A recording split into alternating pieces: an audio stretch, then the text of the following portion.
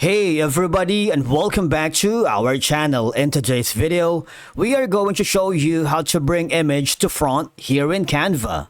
Let's begin. Now, the first thing that you need to do is to log in using your credentials.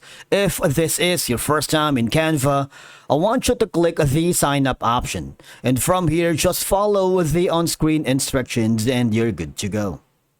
Bringing an image to front here in Canva is a straightforward process. Once you are logged into your account, I want you to click on the Create a Design option if you haven't already.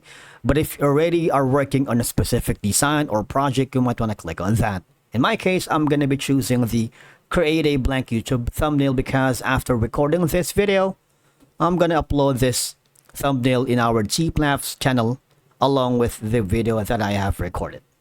Now, I'm gonna upload an image to front in Canva. For example, I'm gonna be using hover to photos if you haven't already on the left side. Say I'm gonna be working with this specific image. I'm gonna resize it to blown out. Now, if you want to bring an image to front, say for example, maybe I'm gonna be putting another a font size. Let's say I'm gonna be choosing another. Maybe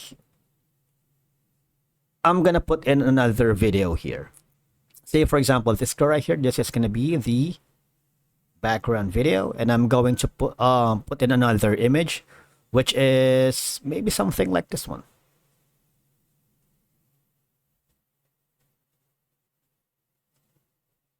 All right, so you see. Now, all you have to do is click the image right here.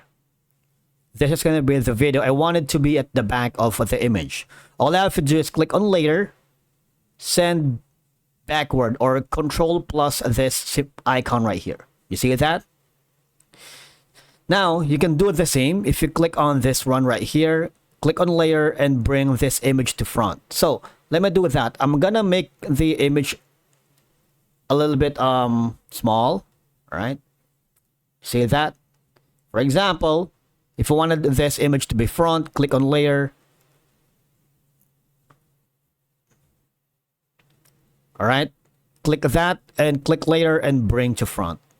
It's that easy, right? So you have all of these changes that you can use. And using these steps, you can easily adjust the layering of images, shapes, or any other elements inside the canvas, allowing you to control how they overlap in your design. That's it for today's video. Thank you so much for watching. We will see you again in the next one.